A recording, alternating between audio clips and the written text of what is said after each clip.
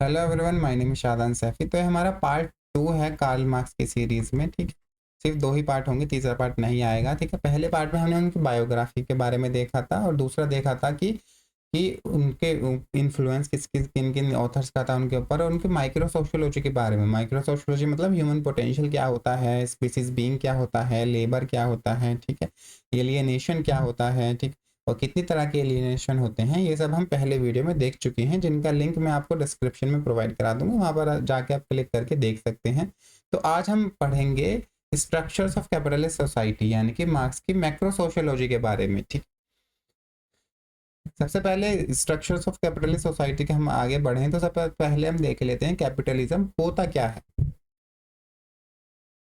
अब देखो, कैपिटलिज्म की अगर मैंने बात करी थी स्ट्रक्चर ऑफ द कैपिटलिज्म, यानी कि सोशल स्ट्रक्चर की बात कर रहा हूं मैं, तो सोशल स्ट्रक्चर क्या होता है, क्योंकि कार्ल मार्क्स एक डायलेक्टिक थिंकर थे, तो सोशल स्ट्रक्चर को किस चीज में देखेंगे, सोशल रिलेशनशिप के टर्म्स में देखेंगे। ठीक है, क्योंकि डायलेक्टिकल जो जितने भी थिंकर्स होते हैं वो हर एक चीज को एक तरह से रिलेशनशिप की फॉर्म में देखते हैं। तो सोशल स्ट्रक्चर में क्या है, एक तरह से सोशल रिलेशनशिप्स है, किसके बीच का, लोगों के बीच का। ठीक है, या फिर लोग और नॉन मटीरियल, या फिर मटीरियल्स और इंसानों के बीच का सोशल रिलेशनशिप। ठीक है, जैसे कि कैपिटलिज्म में कुछ कैपिटलिस्ट होते हैं, कुछ वर्कर्स होते हैं, कैपिटलिस्ट और वर्कर्स के बीच में कुछ एक रिलेशन होता है। ठीक है, वो क्या हो जाएगा, सोशल स्ट्रक्चर का पार्ट हो जाएगा। वर्कर्स और वर्कर्स के बीच में कुछ रिलेशन होगा, वो सोशल स्ट्रक्चर का पार्ट हो जाएगा। ठीक है, जितने भी रिलेशनशिप्स होंगे ना, वो सोशल स्ट्रक्चर का पार्ट होंगे, जो एक्सटर्नल टू और कोर्सिव ऑफ एक्टर होते हैं। ठीक है, अब कैपिटलिज्म क्या होता है, ये एक ऐसा इकोनॉमिक सिस्टम होता है, ठीक है, जहां पर वर्कर्स जो होते हैं उनके वो कोई भी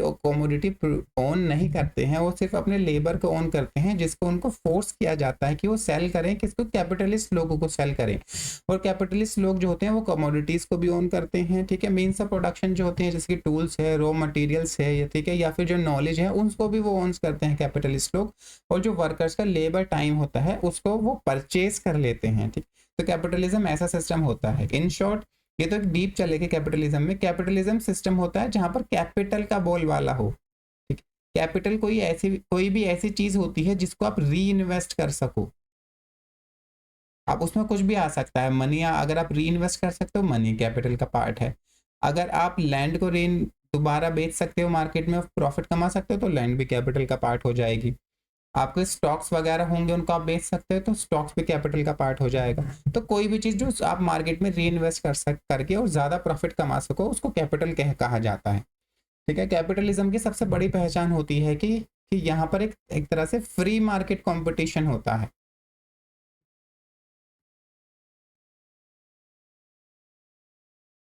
ठीक है, फ्री मार्केट कंपटीशन होगा कि सब जितने भी कैपिटलिस्ट लोग होते हैं वो मार्केट में उतरेंगे, और एक दूसरे के साथ compete करेंगे। अगर किसी भी सिस्टम में गवर्नमेंट की सपोर्ट मिल रही है किसी एक कैपिटलिस्ट को, ठीक है, तो वो कैपिटलिज्म नहीं माना जाएगा। ठीक है, यहाँ पर एक फ्री मार्केट कंपटीशन होना चाहिए कैपिटलिस्ट के बीच में। तो ये थी आइडियल डेफिनेशन। खैर, आइडियल तो कहीं भी नहीं हमें देखने को मिलता है, हमेशा गवर्नमेंट सपोर्ट करती है कैपिटलिस्ट लोगों को। जितनी भी कैपिटलिस्ट इकोनॉमीज होंगी तो वो प्योर कैपिटलिज्म नहीं कहलाएगा। और तीसरी सबसे इंपॉर्टेंट चीज होती है, कैपिटलिज्म एक सिस्टम ऑफ पावर होता है, कोई इकोनॉमिक सिस्टम नहीं होता है, एक तरह से ये पॉलिटिकल सिस्टम भी होता है। ठीक है, जैसे कि कैपिटलिस्ट लोग जो होते हैं वो वर्कर्स को कंट्रोल करते हैं, उनको अपनी विल पर हायर करते हैं, उनको फायर करते हैं, उनकी वेजेस कितनी जाएगी उसको कंट्रोल करते हैं, फैक्ट्री आर्ट्स क्या होंगे उनको कंट्रोल करेंगे। ठीक है, तो उन कैपिटलिस्ट लोगों के पास पावर है, तभी तो ये चीजें कंट्रोल कर पा रहे हैं। तो एक तरह से जो कैपिटलिज्म होगा वो एक तरह से सिस्टम ऑफ पावर की तरह भी तो हमको उसको देख सकते हैं। अब ये वाला जो पॉइंट है, political power are transformed into economic relations, इसका एग्जांपल हम नेक्स्ट पेज में देखेंगे। ठीक है, इसको आप याद रखना। अब यहाँ पर क्या होता है, कैपिटलिज्म में इकोनॉमी को ऐसे दिखाया जाता है कि ये नेचुरल फोर्स है।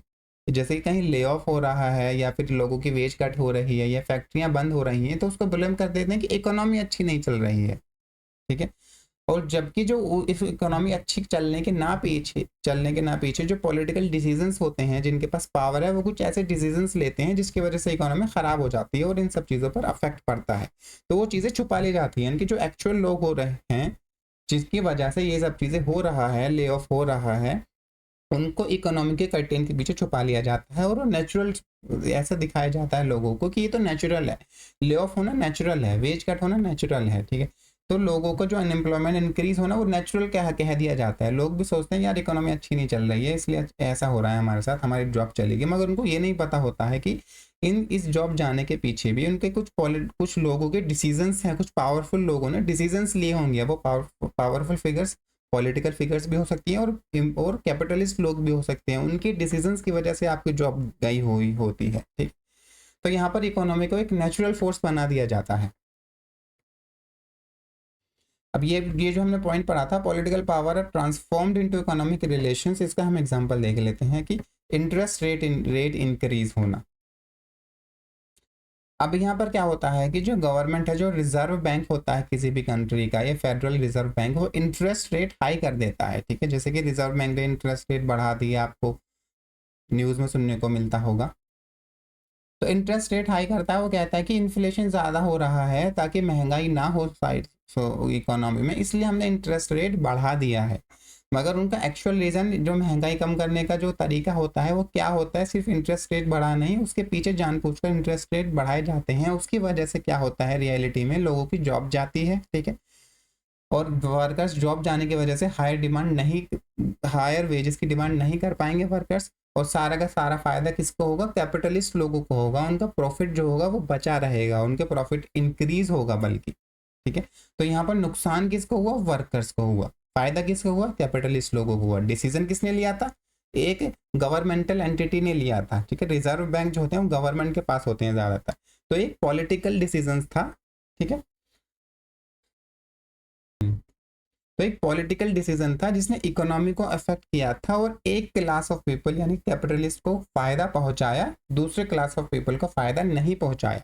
तो यहाँ पर हम देख सकते हैं कि जो पॉलिटिकल डिसीजंस होते हैं कैपिटलिज्म में, वो भी इस तरह से लिए जाते हैं कि जो कैपिटलिस्ट लोग होते हैं उनको फायदा पहुंचे। अब इंटरेस्ट रेट कोई भी नॉर्मल इंसान तो ये सोच भी नहीं सकता ना, उससे जॉब जा रही है, उसकी जॉब क्यों जा रही है वो उसको पता ही नहीं लगेगा। यही होता है कि मैजिक ऑफ कैपिटलिज्म, तो कि लोगों को जो असल रीजन होते हैं, जो पर्दे के पीछे छुपे हुए लोग होते हैं, उनके बारे में वो जान ही नहीं पाते हैं कभी भी, ठीक है। वो जो ब्लेम करते हैं वो इकोनॉमी को ब्लेम कर रहे होते हैं कि इकोनॉमी ऐसी चल रही है। नहीं, इकोनॉमी ऐसी चलने के पीछे रीजन है, किसी लोगों ने कुछ डिसीजंस ऐसे लिए ताकि उनके अपने लोगों को फायदा हो और आपको नुकसान हो। अब दूसरा टॉपिक है हमारा, कहाँ गया, ये तो हो गया fetishism of commodities. Fetishism of commodities पढ़ने से पहले हम देखते हैं कमोडिटी क्या होता है, ठीक है। कमोडिटी क्या होता है, जो आप किसी लेबर का इस्तेमाल करके कोई भी फाइनल प्रोडक्ट बना रहे होगे, उसको कार्ल मार्क्स ने कमोडिटी कहा था, ठीक है। अब कमोडिटी की सबसे इंपॉर्टेंट चीज है यूज वैल्यू होती है या फिर एक्सचेंज वैल्यू हो जाएगी। यूज वैल्यू का मतलब क्या होता है कि यूज वैल्यू का मतलब होता है कि जो आपने कमोडिटी बनाई है, या तो अपने पर्सनल यूज के लिए बनाई है, या फिर अपने इमीडिएट एनवायरनमेंट में जो आपके लोग रहते हैं ना, आपके आसपास के गांव के लोग रहते हैं, उनके यूज के लिए बनाई है, यानी कि वो कुछ ना कुछ ह्यूमन नीड्स को पूरा कर रही है। या तो आपने उसको खुद को इस्तेमाल कर दिया या फिर किसी दूसरे को दे दिया, उसने इस्तेमाल कर लिया, ठीक है। जैसे कि गर्मी आ रही है तो एक आपने एक खजूर का पंखा होता है ना हवा करने वाला, वो बनाया, तो उसकी एक यूज वैल्यू है ना कि आप हवा कर सकोगे अपनी, या फिर आपने किसी और को दे दिया और उसने उस पंखे का इस्तेमाल करके अपनी हवा करी और अपने जो ह्यूमन नीड्स को सेटिस्फाई किया। यहाँ पर जितनी भी यूज वैल्यू होती है कमोडिटीज की, उनकी क्वालिटेटिव नेचर होता है। क्वालिटेटिव नेचर का मतलब होता है कि उनको कंपेयर नहीं किया जा सकता चीजों को, ठीक है। आप एक शूज को ब्रेड से कंपेयर नहीं कर सकते क्योंकि वो क्वालिटेटिवली डिफरेंट होती हैं। शूज की प्रॉपर्टीज अलग हैं, ब्रेड की प्रॉपर्टीज अलग हैं। ब्रेड भी जरूरी है, शूज भी जरूरी है, तो दोनों को कंपेयर नहीं किया जा सकता। तो यूज वैल्यू में क्वालिटेटिव नेचर होता है कमोडिटीज का। दूसरा आता है एक्सचेंज वैल्यू। कैपिटलिज्म में हमें ये देखने को मिलता है, यहाँ पर क्या होता है कि जो कमोडिटी एक्टर्स बना रहे होते हैं, ठीक है, वो अपने लिए या फिर यूज के लिए बना नहीं रहे होते हैं, बल्कि उनकी कुछ वो मार्केट में बेचने के लिए बना रहे होते हैं। उनकी एक एक्सचेंज वैल्यू होती है, यानी कि उसको मेजर किया जाएगा इन टर्म्स ऑफ मनी। कि आपने अगर शूज बनाए हैं तो उसकी एक वर्थ मेजर की जाएगी, वो 500 रुपए के शूज हैं, फिर उनको मार्केट में जाके 500 रुपए में बेचा जाएगा, तो उन शूज की आप एक एक्सचेंज वैल्यू हो गई। अगर आप उन शूज को बनाकर पहन लेते हो तो उनकी यूज वैल्यू हो जाती। अब एक्सचेंज वैल्यूज में क्वांटिटेटिव नेचर होता है कमोडिटीज का। यानी कि कमोडिटीज को कंपेयर किया जा सकता है। अब यहाँ पर आप ब्रेड को शूज से कंपेयर कर सकते हो, शूज 500 रुपए के आएंगे, ब्रेड 50 रुपए की आएगी, ठीक है। तो क्या ज्यादा इंपॉर्टेंट हुआ, शूज ज्यादा इंपॉर्टेंट हुए, क्योंकि उसकी उसकी जो वैल्यू है इन टर्म्स ऑफ मनी वो ब्रेड से ज्यादा है। तो यहाँ पर चीजों को कंपेयर किया जा सकता है। अब यहाँ पर एक इंपॉर्टेंट कंसेप्ट आता है लेबर थ्योरी ऑफ वैल्यू, ठीक है। यूज वैल्यू एक्सचेंज वैल्यू तो हो जाएगी, मगर कार्ल मार्क्स ने कहा था किसी भी प्रोडक्ट की जो वैल्यू होती है वो उस प्रोडक्ट की वैल्यू उस प्रोडक्ट की क्वालिटीज की वजह से नहीं होती है, बल्कि उस प्रोडक्ट को बनाने में कितना लेबर टाइम लगा हुआ है, ठीक है, कितनी लेबर की स्किल का इस्तेमाल हुआ है, ठीक है। ये सब चीजें जो होती है ना, यानी कि इन शॉर्ट जो लेबर होती है वो उस प्रोडक्ट की वैल्यू, उस प्रोडक्ट को वैल्यू देती है। यानी कि कोई भी कमोडिटी है या प्रोडक्ट है, प्रोडक्ट नहीं कहूंगा कमोडिटी कहूंगा, कमोडिटी की जो वैल्यू है या तो यूज वैल्यू या एक्सचेंज वैल्यू हो, उसके पीछे उसकी वैल्यू का जो सोर्स है वो लेबर है, ठीक है। इसको कहते हैं लेबर थ्योरी ऑफ वैल्यू। अब आगे देखते हैं फेटिशिज्म ऑफ कमोडिटीज क्या होता है।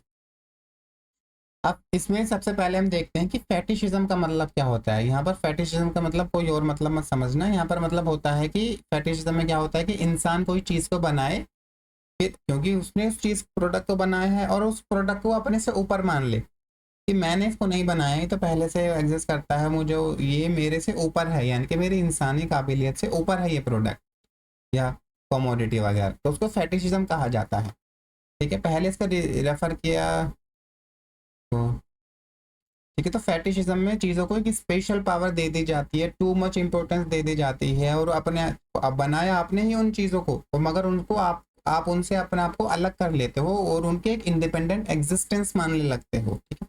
तो फेटिशिज्म और कमोडिटीज में भी यही होता है कि जो कमोडिटीज होती है उनके एक ऑब्जेक्टिव, उनको एक तरह से उनके एक तरह से अपनी वैल्यूज होती है कमोडिटीज की। जैसे कि फॉर एग्जाम्पल अगर आप एक आईफोन खरीदोगे तो आप मानोगे कि आईफोन जो है वो इतना महंगा इसलिए है क्योंकि उसके अंदर बहुत अच्छे अच्छे फीचर्स हैं, और वो जो एक ब्रांड एप्पल के ब्रांड की बने बने हुए प्रोडक्ट है इसीलिए वो महंगा है, ठीक है, इसलिए वो लोग उसको पाना चाहते हैं। ये होता है फेटिशिज्म और कमोडिटीज। क्यों फेटिशिज्म है, क्योंकि आप भूल जाते हो कि वो जो एप्पल का आईफोन है उसको भी लोगों ने बनाया होगा, उस आईफोन की जो वैल्यू है आज वो वैल्यू उसकी उसके प्रोडक्ट की अपनी फीचर्स की वजह से नहीं आई है, उसकी ब्रांड वैल्यू की वजह से नहीं आई है। उस आईफोन की जो वैल्यू है वो लेबर की वजह से आई है, जो लेबर थ्योरी ऑफ वैल्यू हमने पढ़ी थी। आईफोन को वैल्यू किसने दी है, लेबर ने दी है। तो उस जो लेबर और प्रोडक्ट के बीच का जो कनेक्शन है उसको तोड़ दिया जाता है। सामने आती है कमोडिटीज की, तो उसको कहते हैं फेटिशिज्म ऑफ कमोडिटीज। तो समझ गए आप, यानी कि जो कमोडिटीज हैं उनको माना जाएगा कि अपनी इसकी क्वालिटीज या फीचर्स की वजह से इसकी वैल्यू आई है, और जो लोगों ने उसको पर काम किया है, लोगों ने जो उसको बनाया है उनकी वजह से जो वैल्यू जुड़ी है उसको इग्नोर कर दिया जाएगा, जबकि मेन जो प्रोडक्ट की वैल्यू होती है वो लेबर की वजह से ही आई होती है, उसको खत्म कर दिया जाता है, ठीक है। और माना जाता है कि एक इंडिपेंडेंट रियलिटी हो गई है कमोडिटीज की। अब शुरू में तो ऐसा लोग सोचते हैं, मगर एक फुली डेवलप्ड कैपिटलिस्ट सिस्टम में जो कमोडिटीज होती हैं उनकी सचमुच में अपने एक इंडिपेंडेंट वैल्यूज क्रिएट, जैसे कि कोई भी फोन हो, अगर उसके आप पीछे एक एप्पल का लोगो लगा दो तो उस फोन के प्राइस दुगने तिगने बढ़ जाएंगे, और उसकी एक मार्केट में डिमांड बढ़ जाएगी, मार्केट में वैल्यू बढ़ जाएगी, ठीक। तो यहाँ पर एक सचमुच में एक इंडिपेंडेंट देने का, तो आप समझ गए, ज्यादा कंफ्यूज नहीं होना है इसमें, बहुत ही सिंपल है। फेटिशिज्म कमोडिटीज में कमोडिटीज को एक एक्सटर्नल उनकी एक एक्सटर्नल वैल्यू मानी जाती है। जैसे कि आपका कोई लैपटॉप है तो आप मान कहेंगे कि लैपटॉप इसलिए महंगा है क्योंकि इसमें ये फीचर्स है, ये चीज़ है, ये चीज़ जुड़ी हुई है, ये इस कंपनी का है इसलिए महंगा है। तो ये क्या है, एक फेटिशिज्म है कमोडिटीज का। क्यों है फेटिशिज्म, क्योंकि आपने उसके पीछे छुपी हुई रियल जो लेबर थी उसको इग्नोर कर दिया, उसको ख़त्म कर दिया, उसको छुपा दिया। प्रोडक्ट में की जो वैल्यू है वो असल में कहाँ से आ रही होती है, लेबर से। अब इसी वजह से फेटिशिज्म की वजह से ही लोगों में एक एलियनेशन पैदा हो जाता है, वो कमोडिटीज जो बना रहे होते हैं लोग उससे एलियनेटेड फील करने लगते हैं, वो कमोडिटीज जो है वो उसका जो ह्यूमन कनेक्शन है उसको तोड़ दिया जाता है, ठीक। अगर मान लो किसी ने एक मोबाइल फ़ोन बनाया है, मान लो उसने घर पर ही रह के मोबाइल फ़ोन बनाया, तो वो उसको मार्केट में बेचेगा, वो उसको ओन नहीं कर सकता। तो इस तरह से वो एलियनेशन कमोडिटीज़ एलियनेशन क्रिएट हो जाता है सोसाइटी में। अब एग्जांपल देते हैं, देखते हैं फेटिशिज्म ऑफ कमोडिटीज़ का। अगर आप कोई दुकान पर जाकर कॉफ़ी अगर आपने दुकान पर जाकर कॉफ़ी खरीदी, तो कॉफ़ी को बनाने में, दुकान तक लाने में बहुत सारे वर्कर्स लगे होंगे, प्लांटेशन वर्कर्स होंगे, ट्रेडर्स होंगे, ठीक है, होंगे, तो ताकि वो देख सके कि एक्सप्लॉयटेशन तो नहीं हो रहा लेबर का, एक्सेट्रा एक्सेट्रा। तो ये सारी चीज़ें छुप जाती हैं, ठीक है। और कॉफ़ी के जो रिलेशन पता चलता है, सिर्फ मनी के साथ उसका रिलेशन जोड़ दिया जाता है कि कॉफ़ी की इतनी वर्थ है, बस। उसके पीछे छुपी हुई जो लेबर है, लेबर रिलेशन, उनको इग्नोर कर दिया जाता है और उसकी एक इंडिपेंडेंट एग्जिस्टेंस मान ली जाती है कि कॉफ़ी जो है ये 1000 रुपये किलो है, ठीक है, उसकी एक इंडिपेंडेंट एग्जिस्टेंस है। जबकि उसको जो 1000 रुपये किलो की वैल्यू जो दी है, वो किसने दी है? लेबर ने दी है। लेबर नहीं होती तो उसकी वैल्यू भी नहीं होती कॉफ़ी की। अब इसी से ही मिलता जुलता कॉन्सेप्ट है रीइफिकेशन। फेटिशिज्म कमोडिटीज में कमोडिटीज को आपने एक तरह से रीफाई कर दिया होता है। फेटिशिज्म, रीइफिकेशन एक ही चीज होती है। अब देखो फेटिशिज्म में भी तो हम यही पढ़ रहे थे जो रीइफिकेशन में पढ़ेंगे। रीइफिकेशन में हम चीज़ों को नेचुरल मानते हैं, मतलब इंसान ने कोई चीज़ बनाई, बाद में आपने उसको नेचुरल मान लिया कि ये तो ऐसे ही है हमेशा से, उसको यूनिवर्सल मान लिया, एब्सोल्यूट मान लिया, अनचेंजेबल मान लिया। यानी कि इंसान ने जो उसको कनेक्शन था प्रोडक्ट से, उसको तोड़ दिया और उसकी एक इंडिपेंडेंट एग्जिस्टेंस मान ली प्रोडक्ट की। और जब आप इसको मानने लगते हो तो उन प्रोडक्ट की सच में एक इंडिपेंडेंट एग्जिस्टेंस हो जाती है, ठीक है। तो फेटिशिज्म और रीफिकेशन सेम चीज होती है। फर्क इतना है कि जो रीफिकेशन होता है उसमें बहुत सारी चीजें भी और आ जाती हैं, सिर्फ और सिर्फ कमोडिटीज ही नहीं, इकोनॉमी हो गया, या फिर मार्केट हो गई, या फिर जैसे कि यहाँ पर मैंने इस नेशन स्टेट्स हो गए, ऑर्गेनाइजेशंस हो गई, इनको भी रीफाई कर दिया जाता है। या फिर सोशल रिलेशनशिप्स हो गई लोगों की, वो उनको सबको रीफाई कर दिया जाता है कैपिटलिज्म में। अब जैसे फॉर एग्जांपल कि इकोनॉमी का आपने रीफाई किया, ठीक है, रीफाई का मतलब भी यही होता है कि उसको अपने से ऊपर मानने लगो कि आपके अनकंट्रोलेबल है, वो इंडिपेंडेंट है। जैसे कि आपने इकोनॉमी को रीफाई किया कि आपके पास जॉब नहीं है, या फिर मार्केट में अनएम्प्लॉयमेंट रेट बहुत ज़्यादा है, आप कहोगे ये इकोनॉमी की वजह से हो रहा है। तो यानी कि आपने एक इकोनॉमी को एक इंडिपेंडेंट एग्जिस्टेंस दे दी, और उसको ये नहीं देखा कि इकोनॉमी की कंडीशंस लोगों के डिसीजंस की वजह से हो रही है ऐसी, ठीक। तो यहाँ पर आपने इकोनॉमी को रीफाई कर दिया, ठीक। या फिर जैसे कि आप सोशियोलॉजी में आ रहे होगे तो लोगों ने कहा होगा कि सोशियोलॉजी में मत जाओ, यहाँ पर ज़्यादा करियर चॉइसेस नहीं है, आप कंप्यूटर साइंस पढ़ो।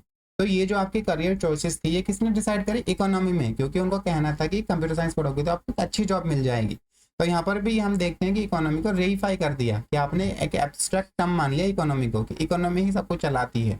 जबकि इकोनॉमी तो लोगों ने ही बनाई है ना, लोग कुछ डिसीजंस लिए होंगे गवर्नमेंट ने, जिसकी वजह से इकोनॉमी वजूद में आई है। तो जो एक ह्यूमन रिलेशंस होते हैं इकोनॉमी के साथ, जो इकोनॉमी को अफेक्ट कर रहे होते हैं, उसको ब्रेक कर दिया जाता है और इकोनॉमी की एक इंडिपेंडेंट एग्जिस्टेंस दे दी जाती है। तो ये है रीइफिकेशन।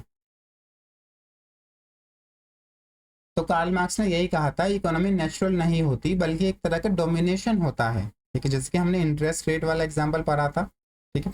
ये पॉलिटिकल चॉइसेस होती हैं इकोनॉमी में, कुछ ऐसे डिसीजंस लिए जाते हैं, चाहे वो डिसीजन गवर्नमेंट ले या फिर कैपिटलिस्ट लोग लें, जिससे फायदा किसको होता है? कैपिटलिस्ट लोगों को होता है, और नुकसान किसको होता है? वर्कर्स को हो रहा होता है। अब रीइफिकेशन सोशल रिलेशनशिप का भी किया जा सकता है, इकोनॉमी का किया जा सकता है, रिलीजियस का किया जा सकता है, पॉलिटिकल ऑर्गेनाइजेशन जैसे कि नेशन स्टेट्स होते हैं, कि स्टेट आपको कह रहा है कि आपको स्टेट में आपको रहना है तो फिर ये करना होगा, या फिर स्टेट को एक इंडिपेंडेंट एग्जिस्टेंस मानी जाती है ना, बल्कि स्टेट तो लोगों से ही बन रहा है। तो आपने स्टेट को रीफाई कर दिया कि मान लो कि अमेरिकन स्टेट ये कहता है कि उसके लोग ये नहीं कर सकते, कोई भी काम नहीं कर सकते, वो इलीगल है या लीगल है, ये स्टेट ने लीगल करार दिया, स्टेट ने उसको इलीगल करार दिया, ठीक है। तो आपने स्टेट को एक तरह से एक रीफाई कर दिया है। आपने यही नहीं देखा जो स्टेट के लॉज हैं वो भी तो लोगों ने ही बनाए हैं। अब रीफिकेशन के बहुत सारे एग्जांपल देख लेते हैं। जैसे हमने ये तो देख लिया था कि मार्केट डिसाइड करती है कि कोई भी चीज़, अनएम्प्लॉयमेंट का एग्जांपल अभी हमने देख लिया था, उसको नेचुरल फिनोमेना माना जाता है, कि पॉलिसी और इकोनॉमिक डिसीजन की वजह से अनएम्प्लॉयमेंट हो रहा होता है, उसको इग्नोर कर दिया जाता है। आप इंजीनियरिंग सब्जेक्ट चूज करोगे आर्ट के ऊपर, ये कि जॉब मार्केट ऐसी नहीं है, यानी कि आपने मार्केट को रीफाई कर दिया है। या फिर किसी कंपनी के मैनेजर ने लोगों को काम से निकाल लिया और कहने लगा कि मार्केट की कंडीशन ऐसी है, हम आप सबको काम नहीं दे सकते, तो यानी कि आपने मार्केट को रीफाई कर दिया है, ठीक है। या फिर आप कहते हो कि गवर्नमेंट ने ये लॉ बनाए हैं, ठीक है ना, गवर्नमेंट ने ये प्रोहिबिट कर दिया है, इस गवर्नमेंट ने इसको इलीगल करार दिया, इसको लीगल करार दिया, जैसे मैंने पिछले एग्जांपल में देखा था। तो ये सब क्या, आपने गवर्नमेंट को रीफाई कर दिया। जैसे स्टेट को रीफाई करते हैं वैसे गवर्नमेंट को रीफाई कर देते हैं। तो यानी कि आपने ये नहीं देखा कि जो गवर्नमेंट लॉ बना रही है वो भी तो कौन लॉ बना रहा है, असल में कुछ लोग हैं ना, लोग ही तो लॉ बना रहे हैं वहाँ पर। तो आपने रीफिकेशन में उन लोगों को हटाकर गवर्नमेंट का नाम दे दिया। जैसे कि स्टेट है, स्टेट भी जो कि एक ऐसा इंस्टीट्यूशन है जो लोग कंट्रोल कर रहे होंगे, जो भी स्टेट के पास पावर्स हैं या लॉज हैं वो भी लोगों ने बनाए होंगे ना, तो लोगों का कनेक्शन तोड़ दिया जाता है और इंडिपेंडेंट एग्जिस्टेंस दे दी जाते हैं रीफिकेशन में चीज़ों को।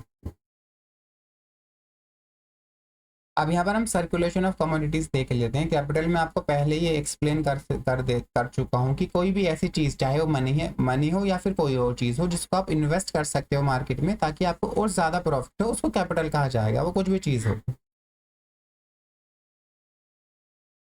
दूसरा देखते हैं commodity circulation. Circulation of commodities क्या होता है? जो नॉन कैपिटलिस्ट सर्कुलेशन होता है, यानी कि कैपिटलिस्ट सोसाइटी को छोड़कर जितनी भी मोड ऑफ प्रोडक्शन होगा या सोसाइटीज होंगी, उनमें सर्कुलेशन क्या होता है, पहले कमोडिटी होती है, फिर मनी, फिर कमोडिटी।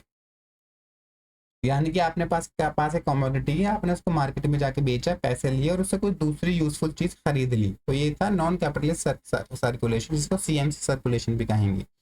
तो यहाँ पर जो गोल होगा ना, आपको एक ऐसी कमोडिटी हासिल करना है जिसकी कुछ यूज वैल्यू हो, जिसकी फिशरमैन ने अपनी फिश सेल करी ताकि वो ब्रेड खरीद सके, फिश मार्केट में जाके सेल करी, पैसे आए, उससे ब्रेड खरीद ली, तो ये हो जाएगा नॉन कैपिटलिस्ट सर्कुलेशन। मगर कैपिटलिस्ट सर्कुलेशन में क्या होता है कि आपके पास पैसा है, आपने उस पैसे से कोई प्रोडक्ट खरीदा, फिर उस प्रोडक्ट को और ज्यादा प्रॉफिट में बेच दिया आगे जाके, ठीक। तो यहाँ पर जो आपका गोल हुआ ना, वो प्रॉफिट कमाना हुआ, buying in order to sell, ठीक है। जैसे कि स्टोर ओनर ने उसने अपने पैसे से फिश खरीदी और उनको दोबारा सेल कर दिया एक हायर प्राइस पर, तो ये कैपिटलिस्ट सर्कुलेशन होता है, जिसको एमसीएम सर्कुलेशन भी हम कहेंगे। तो यहाँ पर जो यूज वैल्यू होती है प्रोडक्ट की, या फिर जो ह्यूमंस की नीड्स और डिजायर्स होती हैं, उसको डिसरिगार्ड कर दिया जाता है और सिर्फ आपको पैसा कमाना है कुछ भी कर कर इस सर्कुलेशन से, ठीक है। आप खराब प्रोडक्ट बेचो, उसकी यूज वैल्यू हो या ना हो, लोगों को नुकसान हो फायदा हो, कुछ फर्क नहीं पड़ता, बस आपको प्रॉफिट होना चाहिए। अब प्रोडक्शन में देख लीजिए क्या होता है। पहला आता है forces of production. Forces of production हमें बताते हैं कि इंसान का नेचर के ऊपर कितना ज्यादा कंट्रोल है, ठीक है। फोर्सेस ऑफ प्रोडक्शन हमें बताते हैं कि आप मटेरियल गुड्स नेचर को कंट्रोल करके कैसे प्रोड्यूस कर रहे हो। तो यहाँ अगर आपको मटेरियल गुड्स प्रोड्यूस करने हैं तो क्या क्या चीज़ आएंगे फोर्सेस ऑफ प्रोडक्शन में, कि आपको टेक्नोलॉजी पता होना चाहिए, know how, tools, machinery, labour power, equipment types, या फिर लेवल ऑफ टेक्नोलॉजी, ये सब क्या है, ये सब है फोर्सेस ऑफ प्रोडक्शन। ऐसी चीज़ें जिनका इस्तेमाल करके कोई चीज़ें प्रोड्यूस की जाती हो, जिन चीज़ की वजह से प्रोडक्शन पॉसिबल होता हो। अब साइंस, स्किल्स, ये सब क्या है, ये भी फोर्सेस ऑफ प्रोडक्शन का ही पार्ट होते हैं, ठीक है। अब फोर्सेस ऑफ प्रोडक्शन में दो पार्ट होते हैं। पहला होता है मीन्स ऑफ प्रोडक्शन, ठीक है। जो नॉन ह्यूमन टूल्स होते हैं ना, ह्यूमंस को हटा के जितने भी टूल्स होंगे, मटेरियल्स होगा, वो सब आएगा मीन्स ऑफ प्रोडक्शन में। जैसे कि एक बेकरी के अंदर जो ओवन है या फिर फ्लावर है या फिर बेकिंग पैंस है या फिर बिल्डिंग है, ये सब क्या है, मीन्स ऑफ प्रोडक्शन, बहुत इंपॉर्टेंट है ये। दूसरा आता है ह्यूमन लेबर या फिर नॉलेज या टेक्नोलॉजी, यानी कि जो ह्यूमन से रिलेटेड चीजें होती है ना फोर्सेस ऑफ प्रोडक्शन में, वो सब क्या होती हैं, वो आती हैं दूसरे पार्ट में। देखिए फिजिकल लेबर हो गया, बेकिंग स्किल्स हो गई, या फिर टेक्नोलॉजी हो जाएगी, ये फिर ये सब क्या पार्ट होती हैं, ये ऐसे मीन्स ऑफ प्रोडक्शन का पार्ट नहीं होती हैं, ठीक। तो यहाँ पर आपको डिफ्रेंशिएट करना है कि मीन्स ऑफ प्रोडक्शन क्या होता है, ये जानना है। जो नॉन ह्यूमन पार्ट होता है प्रोडक्शन का, वो मीन्स ऑफ प्रोडक्शन में आता है, बाकी ह्यूमन पार्ट अलग होगा, ठीक है। कभी कभी इसको forces of means of production भी कहा जाता है। दूसरा आता है relations of production. Relations of production power dynamics show करता है। रिलेशंस ऑफ प्रोडक्शन में क्या होता है, कुछ चीज को प्रोड्यूस करने के लिए लोग आपस में एक दूसरे के साथ कुछ फिक्स रिलेशन में आते हैं, ठीक है। उसको रिलेशंस ऑफ प्रोडक्शन कहा जाता है। जैसे कि वर्कर्स और एम्प्लॉयर्स के बीच में कुछ ना कुछ रिलेशंस होगा, वो डोमिनेशन का रिलेशन हो या फिर बॉस और एम्प्लॉयर्स के बीच में कुछ रिलेशन होगा, ठीक है। तो ये या फिर प्रोड्यूसर्स जो होंगे, कैपिटलिस्ट होंगे बहुत सारे, उनके बीच में कुछ रिलेशन होगा, या फिर वर्कर्स के बीच में, वर्कर और दूसरे वर्कर के बीच में कुछ ना कुछ रिलेशन होगा। ये सारे रिलेशन एग्जिस्ट करेंगे ताकि प्रोडक्शन पॉसिबल हो पाए। इसको कहते हैं रिलेशंस ऑफ प्रोडक्शन। ठीक है, अब आते हैं कैपिटलिज्म का सबसे important topic, private property. Private property में क्या होता है? प्राइवेट प्रॉपर्टी का मतलब है कि means of production privately owned होते हैं। प्राइवेट प्रॉपर्टी का मतलब ये नहीं है यहाँ पर कार्ल मार्क्स के नजरिए में कि अगर आपके पास एक कार है या आपका रहने का घर है, आपके कपड़े हैं, ये सब प्राइवेट प्रॉपर्टी का पार्ट नहीं है। प्राइवेट प्रॉपर्टी का पार्ट होता है मीन्स ऑफ प्रोडक्शन, यानी कि फैक्ट्री हो गई या फिर मशीन्स हो गई या फिर टूल्स हो गया। ठीक है, ये सब क्या है? ये मीन्स ऑफ प्रोडक्ट, ये है प्राइवेट प्रॉपर्टी कैपिटलिज्म के अंदर। अब प्राइवेट प्रॉपर्टीज जो है कैपिटलिस्ट इकट्ठा कैसे कर पाते हैं? क्योंकि वो लेबर को, एलियनेटेड लेबर को एक्सप्लॉइट करते हैं। ठीक है, अब प्राइवेट प्रॉपर्टी जब वजूद में आ जाती है वो फर्दर एलियनेशन कराती है लोगों का या फिर वर्कर्स का। वो कैसे? प्राइवेट प्रॉपर्टी जो होती है वो इंसान और उसके इंसान और प्रोडक्शन प्रोसेस के बीच में आ जाती है और इंसान को एलियनेट फील करा दिया जाता है। अब देखो, जो प्राइवेट प्रॉपर्टी है वो किसकी? कैपिटलिस्ट लोग की है। वही डिसाइड करते हैं कोई चीज कैसे प्रोड्यूस होगी, कब प्रोड्यूस होगी, क्या प्रोड्यूस होगी। तो इस सब चीजों पे जो लेबर का कंट्रोल है या वर्कर का कंट्रोल है वो नहीं होता है। ठीक है, इस तरह से फिर लेबर को एलियनेशन फील होने लगता है, क्योंकि प्राइवेट प्रॉपर्टी जो है वो किसकी है? कैपिटलिस्ट की है। और जो प्रोडक्शन कौन कर रहा है? वो लेबर कर रहा है। प्रोडक्शन तो वो कर रहा है मगर कंट्रोल नहीं है उसका, क्योंकि वो प्रॉपर्टी प्राइवेट है, वो कैपिटलिस्ट की है। तो इस तरह से एलियनेशन भी होता है प्राइवेट प्रॉपर्टी की वजह से। जैसे फॉर एग्जांपल एक कारपेंटर है जिसकी अपनी वर्कशॉप है, वो खुद की लकड़ी लाता है, खुद से प्रोडक्ट बनाता है। जैसे कि आप इंस्टाग्राम पे भी देखते होंगे बहुत सारे कारपेंटर्स खुद का प्रोडक्ट बनाते हैं। ठीक है, वो अपने प्रोडक्शन प्रोसेस से कंप्लीटली कनेक्टेड होते हैं, वो कंट्रोल कर पाते हैं प्रोडक्शन प्रोसेस को और प्रोडक्ट को ओन कर पाते हैं। ठीक है, जब अगर अगर प्राइवेट प्रॉपर्टी होगी तो मान लो कारपेंटर खुद से काम नहीं कर रहा है, वो किसी फैक्ट्री में जाकर, कॉर्पोरेट फैक्ट्री में जाकर कारपेंटरी का काम कर रहा होता है, तो जितने भी मशीनरी होगी या फिर फैक्ट्री होगी या फिर टूल्स होंगे वो उसके अपने नहीं होंगे, वो किसको बिलोंग करेंगे? वो कॉर्पोरेशंस को बिलोंग करेंगे। तो यहाँ पर एक एलियनेशन क्रिएट हो जाएगा। अब कैपिटलिज्म में क्लासेस कितने तरह की होती हैं? कैपिटलिज्म में क्लासेस मेनली दो तरह की होती हैं, बोर्जुआजी, प्रोलेटेरिएट। मगर उससे पहले हम देखते हैं क्लासेस होता क्या है कैपिटलिज्म के अंदर। क्लासेस ऐसे रेफाइड सोशल रिलेशन से प्रोडक्शन को हम क्लासेस कह देते हैं, यानी कि जो रिलेशन प्रोडक्शन होगा, जो कैपिटलिस्ट और वर्कर्स के बीच में एक रिलेशन प्रोडक्शन बन जाएगा ना कुछ तो रिलेशन होगा, तो उस रिलेशन को क्लासेस का नाम दे दिया जाता है। ठीक है, और रेफाई कर दिया जाता है, यानी कि जो क्लासेस होती हैं वो सोशल स्ट्रक्चर का पार्ट होती हैं और वो एक्सटर्नल और कोर्सिव होती हैं एक्टर्स के ऊपर, यानी कि जो क्लास होती है वो एक्टर को चूज नहीं करता है और उनसे उनका निकलना भी बहुत मुश्किल हो जाता है किसी क्लास में। जैसे कि बोर्जुआजी और प्रोलेटेरिएट के बीच में एक रिलेशन है। ठीक है, अब बोर्जुआजी की क्लास कुछ और है उस रिलेशन की वजह से, और प्रोलेटेरिएट की क्लास कुछ और है उस रिलेशन की वजह से। क्यों? क्योंकि बोर्जुआजी जो है तो होते हैं वो मीन्स ऑफ प्रोडक्शन को ओन करता है, जबकि प्रोलेटेरिएट मीन्स ऑफ प्रोडक्शन को ओन नहीं करते हैं, वो सिर्फ अपने लेबर को बेच रहे होते हैं। ठीक है, तो यहाँ पर दो क्लास बन जाती है, किसके बेसिस पर? मीन्स ऑफ प्रोडक्शन और लेबर के बेसिस पर। मेनली आप लेबर भी देख सकते हो, वो हम आगे पढ़ेंगे। तो लेबर, तो हमने देखा जो इंसान के पास कुछ मीन्स ऑफ प्रोडक्शन कुछ नहीं है और सिर्फ अपने लेबर बेच पा रहा है, वो एक क्लास को बिलोंग करता है। ठीक है, जो वर्किंग क्लास को। और जो मीन्स ऑफ प्रोडक्शन ओन करता है और जो लोगों का लेबर खरीदता है वो दूसरी क्लास को बिलोंग करता है, जिसको कैपिटलिस्ट क्लास या बोर्जुआजी भी कहा जाता है। तो क्लास मार्क्स के अकॉर्डिंग एक एक क्लासेस के अंदर एक पोटेंशियल होता है कॉन्फ्लिक्ट का, अकॉर्डिंग टू मार्क्स। ठीक है, हम आगे देखेंगे भी इसको, ये तो हमने पढ़ लिया पॉइंट। तो कितनी तरह की क्लासेस होती हैं कार्ल मार्क्स के अकॉर्डिंग?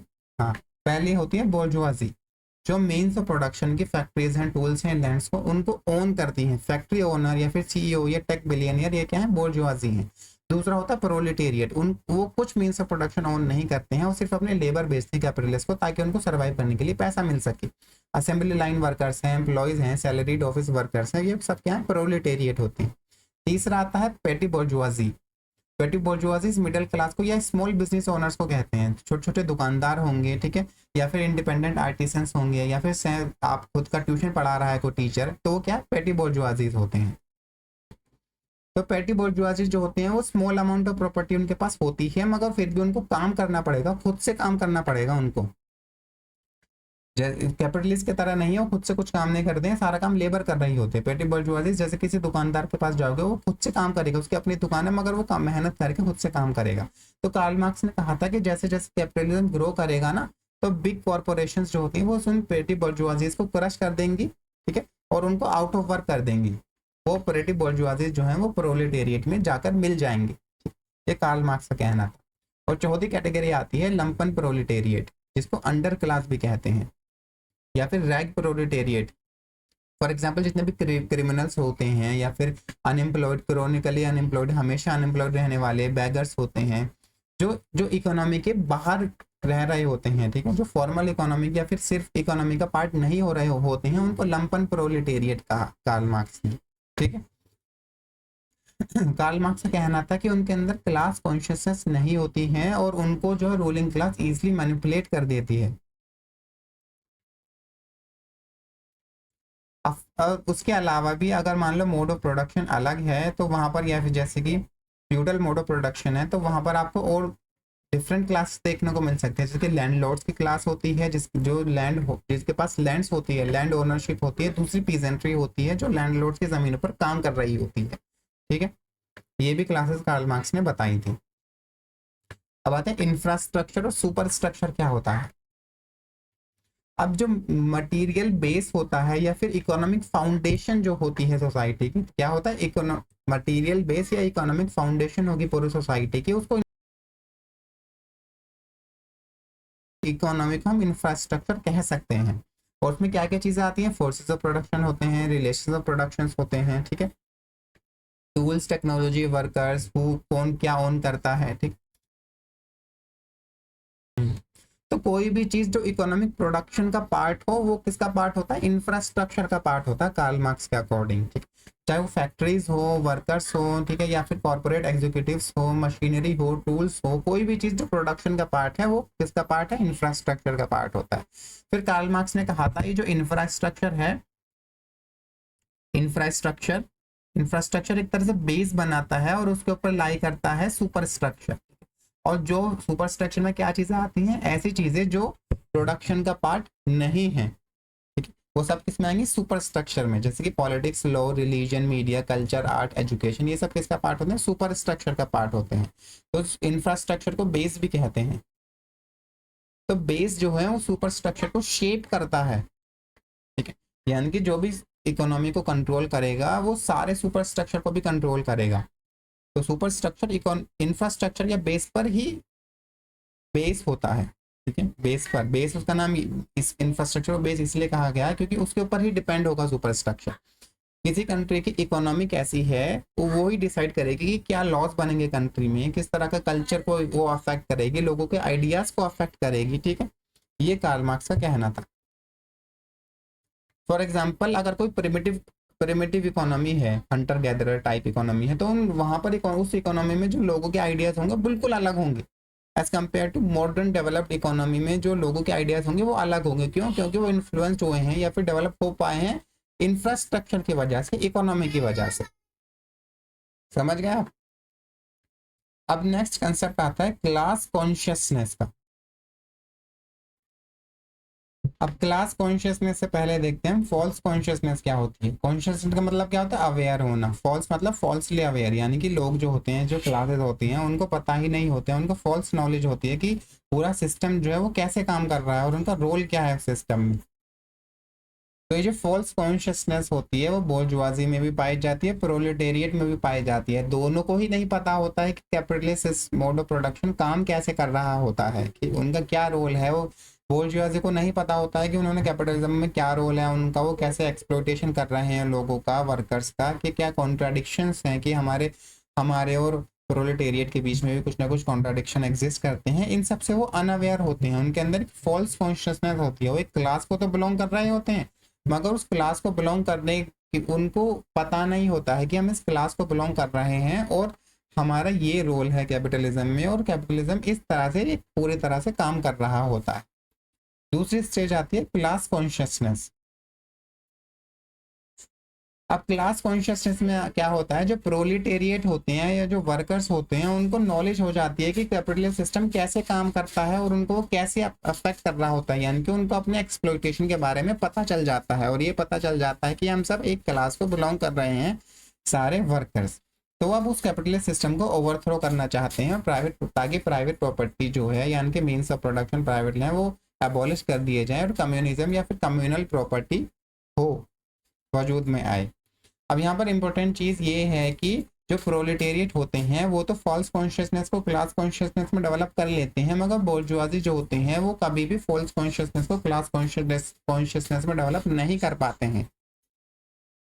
इसलिए जो जो अगर रिवॉल्यूशन होता है तो हमेशा इसमें किसकी जीत होगी, प्रोलेटेरिएट की, क्योंकि उनके अंदर एक क्लास कॉन्शियसनेस होती है। अब आते हैं एक्सप्लॉइटेशन। अब जो एक्सप्लॉइटेशन होता है वो एक कैपिटलिस्ट इकोनॉमी का पार्ट होता है, उनका एक पार्ट होता है एक्सप्लॉइटेशन की। एक्सप्लॉइटेशन के बिना जो होते हैं बोर्जुआजी वो अपने जो प्रॉफिट है उसको मैक्सिमाइज नहीं कर पाते हैं कैपिटलिस्ट मोड ऑफ प्रोडक्शन में। अब एक्सप्लॉइटेशन जो होता है कैपिटलिज्म में वो इम्पर्सनल और ऑब्जेक्टिव होता है, यानी कि लोगों को रेफाई कर दिया जाता है उसको, यानी कि लोग जो होते हैं वो अनअवेयर होते हैं कि जो एक पर्सन है जो कंपनी ओन करता है, जो पार्टिकुलर इंडिविजुअल है वही आपको एक्सप्लॉइट कर रहे हैं। वो सोचते हैं कि इकोनॉमी में ऐसे ही चलता है, आप कहीं भी जाओगे आपको इतनी ही सैलरी मिलेगी, इतने ही घंटे काम करना पड़ेगा, क्योंकि ऐसी ही है इकोनॉमी, ऐसे ही लोग वेजेस कमा रहे हैं। अब देखो जो लेबर होती है उसको कहते हैं कि आप फ्री हो। एक्सप्लॉइटेशन में क्या होता है कि आप फ्री हो, कहीं भी काम कर सकते हो, ये बताया जाता है लेबर को, ठीक है, कि अपनी वो लेबर पावर है उसको कहीं भी सेल कर सकते हो, किसी भी फैक्ट्री में जाओ कहीं भी काम करो आप फ्री हो। मगर ऐसा असल में नहीं होता है, क्योंकि उनके पास एवेन्यूज नहीं होते हैं, उनके पास अपॉर्चुनिटी नहीं होती है। अगर किसी के पास अनस्किल्ड लेबर है तो सारी फैक्ट्री वाले उसको आप मान लो 8,000 रुपये महीना ही दे रहे हैं, तो उसको एक्सप्लॉइट कर रहे हैं। तो उसको कैपिटलिस्ट की टर्म्स को एक्सेप्ट करना पड़ता है, और उसकी टर्म्स क्या होती हैं, एक्सप्लॉइटेशन वाली टर्म्स होती हैं कैपिटलिस्ट की, क्योंकि उसको जिंदगी गुजारनी है, पैसा कमाना है, अपने घर वालों को पालना है। तो यहाँ पर एक तरह से फ्री दिखाया जाता है लेबर को, मगर असल में वो फ्री नहीं होती है, क्योंकि अगर उसने काम करने से मना कर दिया तो कोई दूसरा उसकी जगह ले लेगा।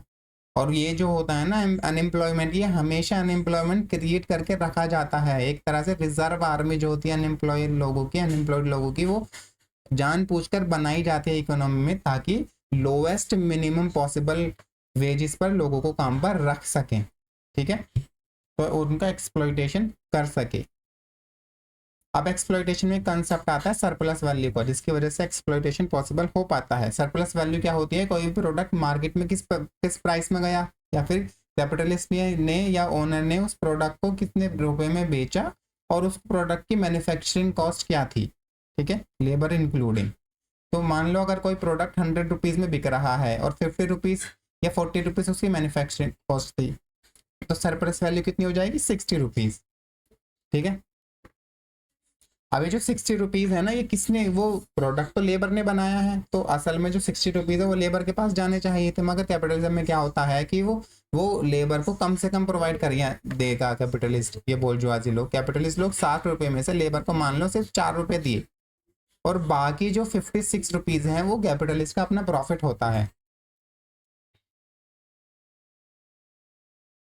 तो इस तरह से सरप्लस वैल्यू एक सोशल रिलेशन या फिर फॉर्म ऑफ डोमिनेशन हो जाता है। यहाँ पर क्या होता है, सरप्लस वैल्यू लेबर को देने के बजाय कैपिटलिस्ट उस सरप्लस वैल्यू को अपने पास रखता है, सारी सरप्लस वैल्यूज को थोड़ा बहुत लेबर को दे देता है ताकि वो अपनी जिंदगी गुजार सके। और सरप्लस वैल्यू को उसका असली सोर्स क्या है, लेबर की वजह से ही वो प्रोडक्ट बन पाया है ना, लेबर नहीं होती तो प्रोडक्ट नहीं बन पाता। तो यहाँ पर अब आता है एक्सप्लॉइटेशन के अंदर ही, तो सरप्लस की एक ही सरप्लस को अप्रोप्रिएट करके वो कैपिटलिस्ट लोग जो होते हैं वो एक्सप्लॉइट कर पाते हैं वर्कर्स को, ठीक है। अब आता है ये इसी से related general law of capitalist accumulation. इसमें क्या होता है, कैपिटलिज्म में एक जनरल लॉ होता है कि जितने भी कैपिटलिस्ट होते हैं वो चाहेंगे कि लेबर कॉस्ट जो होती है ना वो कम से कम हो, टूवर्ड्स जीरो लिखा है, जीरो नहीं है। टूवर्ड्स जीरो का मतलब है कि लेबर कॉस्ट तो कम से कम हो, ठीक है, और सरप्लस उनको सबसे ज्यादा से ज्यादा हासिल हो, यानी कि ज्यादा से ज्यादा एक्यूमुलेशन हो, ठीक है। उसकी वजह से अगर आप लेबर कॉस्ट कम करोगे और सरप्लस आपको ज्यादा चाहिए, तो यहाँ पर क्या होगा, एक्सप्लॉइटेशन शुरू हो जाएगा प्रोलेटेरिएट का, जिसकी वजह से क्या होगा, फाइनली क्लास कॉन्फ्लिक्ट होगी। अब आते हैं नेक्स्ट टॉपिक, क्लास कॉन्फ्लिक्ट पे। अब क्लास कॉन्फ्लिक्ट क्यों होता है कि अब क्या होता है कैपिटलिज्म में, जो कैपिटलिस्ट लोग होते हैं वो उनके पास एक बहुत ज़्यादा अबंडेंट वेल्थ होती है, जैसे कि आपने सुना होगा बिलियनियर्स हो गए हैं, यहाँ तक क्या आप आजकल तो ट्रिलियनियर्स भी हो गए हैं लोग।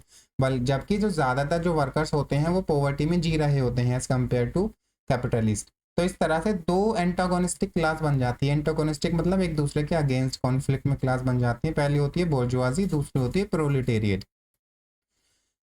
अब क्या होता है कि अब ये जो क्लास कॉन्फ्लिक्ट है यहाँ पर हमें शुरू हो जाता है, देखने को मिल जाता है। उसके साथ साथ क्या होता है कि कैपिटलिस्ट लोगों के बीच में कंपटीशन होता है, मैकेनाइजेशन होता है, लोगों को रिप्लेस कर दिया जाता है मशीन से, मोनोपोलीज राइज होने लगती है कहीं कहीं पर, जिसकी वजह से पेटी बोर्जुआजी जो होते हैं वो डिस्ट्रॉय हो जाते हैं, यानी कि छोटे मोटे जो बिजनेस ओनर्स होते हैं, छोटे मोटे दुकानदार हो गए, या फिर वो सब डिस्ट्रॉय हो जाते हैं इस मोनोपोली की वजह से या लार्ज कैपिटलिस्ट के कंपटीशन की वजह से। ठीक है। और इसके साथ साथ कुछ कुछ और कैपिटलिस्ट भी डिस्ट्रॉय हो जाते हैं, और सब क्या बन जाते हैं, प्रोलेटेरिएट बन जाते हैं। इस प्रोसेस को कहते हैं प्रोलिटेरियनाइजेशन। यानी कि यहाँ पर क्या होता है, पेटी बोर्जुआजीज और कुछ कैपिटलिस्ट होते हैं और कंपटीशन, मैकेनाइजेशन या मोनोपोलिस की वजह से प्रोलेटेरिएट क्लासेस में चले जाते हैं, स्लिप हो जाते हैं। ठीक है।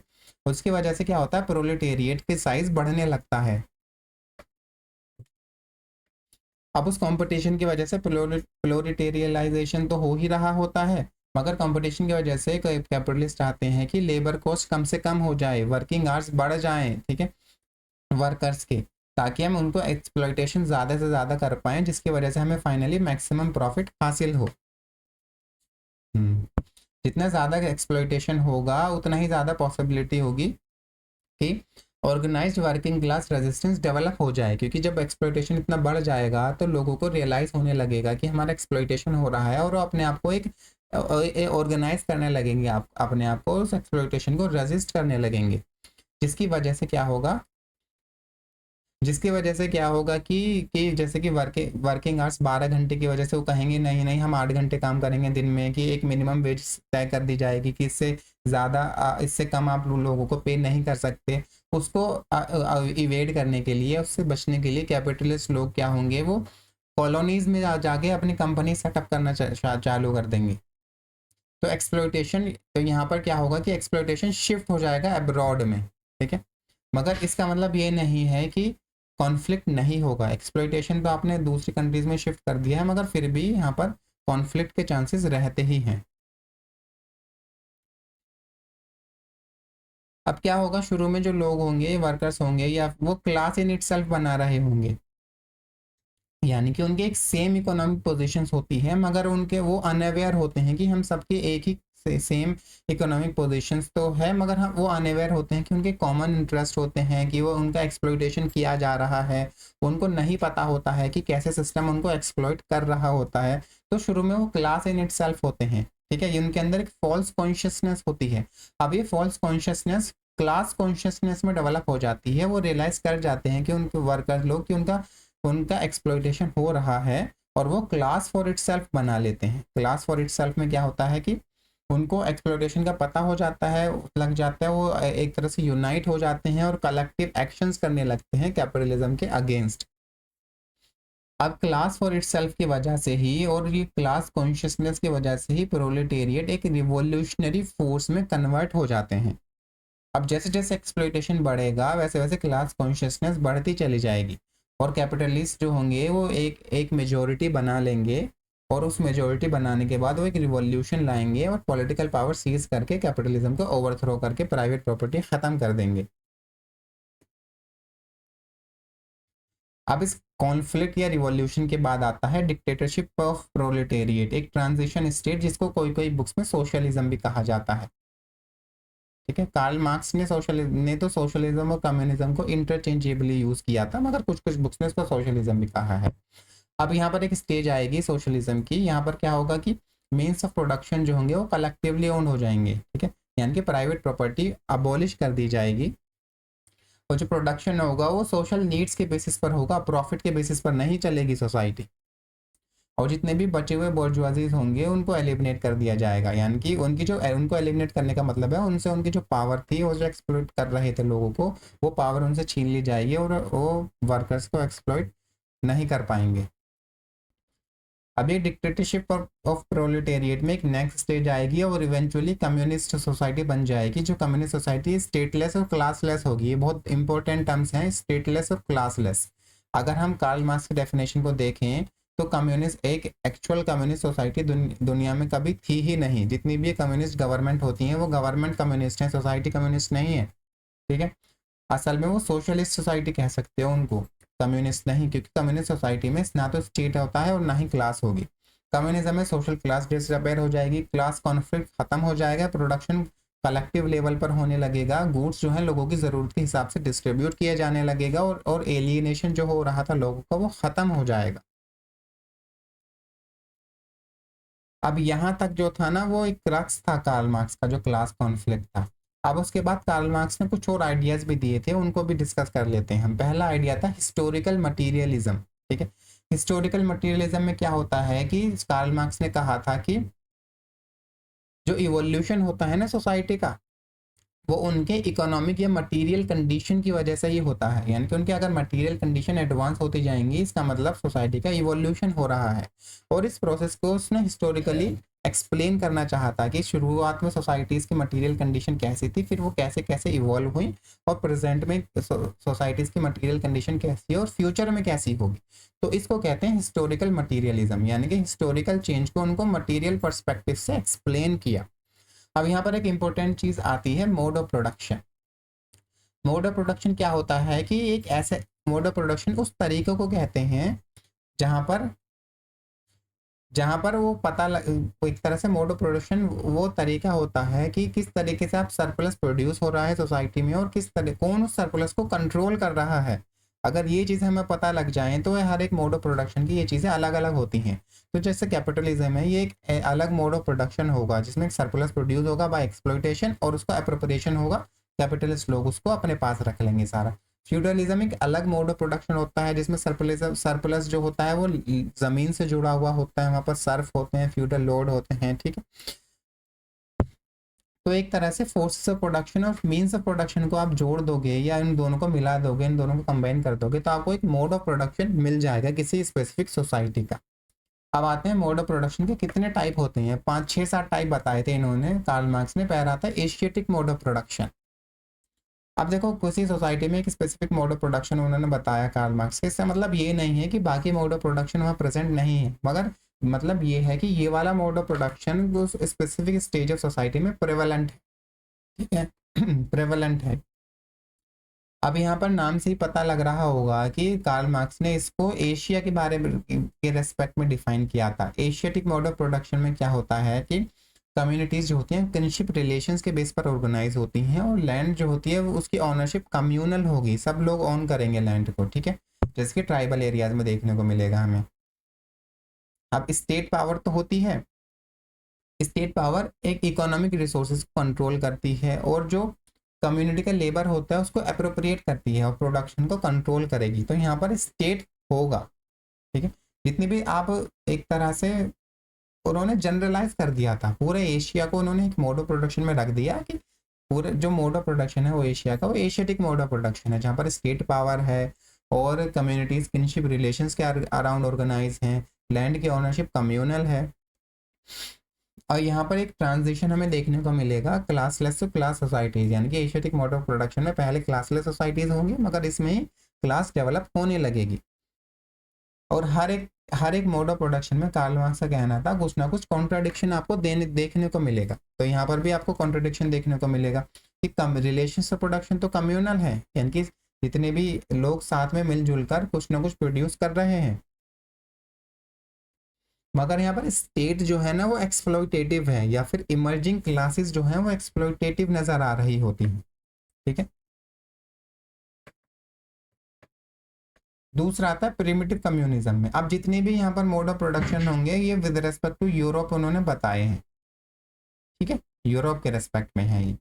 प्रिमिटिव कम्युनिज्म सबसे पुरानी स्टेज होती है, अर्लीस्ट स्टेज होती है ह्यूमन सोसाइटी की। यहाँ पर कोई प्राइवेट प्रॉपर्टी नहीं होती है, means of production collectively owned होते हैं। मीन्स ऑफ प्रोडक्शन आपको पता चल गया ना कि फैक्ट जितने भी टूल्स होंगे या टेक्निक्स होंगी स्किल्स होंगे वो कलेक्टिवली ओन्ड होंगी। पीपल हंटिंग करते हैं, गैदरिंग करते हैं, फिशिंग करते हैं, सिंपल कल्टीवेशन करके सर्वाइव कर रहे होते हैं। सोसाइटी में ऑपरेशन होता है और एक दूसरे के लोग मदद कर रहे होते हैं। कोई सोशल क्लासेस नहीं होती है, ना ही कोई एक्सप्लॉइटेशन हो रहा होता है। अब जैसे जैसे यहाँ प्रिमिटिव कम्युनिज्म में टूल्स में इंप्रूवमेंट हमें देखने को मिलता है, ठीक, पहले हंटिंग गैदरिंग से लोगों ने मान लो कि हल जो होता है उसको ईजाद कर लिया, या फिर जो जानवरों का इस्तेमाल करके वो खेतों पे काम करने लगे, ठीक है। एग्रीकल्चर डेवलप हुआ, प्रोडक्टिविटी बढ़ी, तो यहाँ पर इससे क्या होगा, प्राइवेट प्रॉपर्टी हमें देखने को मिलेगी, फैमिली ओनरशिप इमर्ज होगी। पहले तो कम्युनल ओनरशिप थी, अब इसकी लेटर स्टेजेस में प्रिमिटिव कम्युनिज्म की हमें प्राइवेट प्रॉपर्टी देखने को मिलेगी। अब जिसकी वजह से कॉन्ट्रडिक्शन क्रिएट हो जाएगा और हमें फिर फाइनली वजूद में आएगी स्लेव सोसाइटी।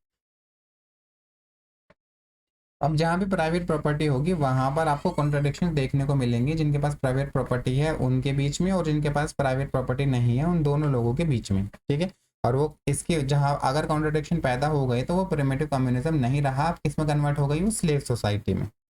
अब देखते हैं स्लेव सोसाइटी या फिर एंशिएंट मोड ऑफ प्रोडक्शन भी इसको कहा था कार्ल मार्क्स ने। अब एंशिएंट मोड ऑफ प्रोडक्शन में प्राइवेट प्रॉपर्टी वजूद में आ जाती है और प्राइवेट प्रॉपर्टी की वजह से सोशल इनइक्वालिटी हमें देखने को मिलती है। यहाँ पर क्या होता है, मास्टर होते हैं और स्लेव्स होते हैं। मास्टर के पास सारे राइट होते हैं स्लेव की ओनरशिप के, और स्लेव के पास कोई भी राइट नहीं होता है। वो स्लेव के साथ जैसा चाहे वैसे उसको यूज कर सकता है या बर्ताव कर सकता है।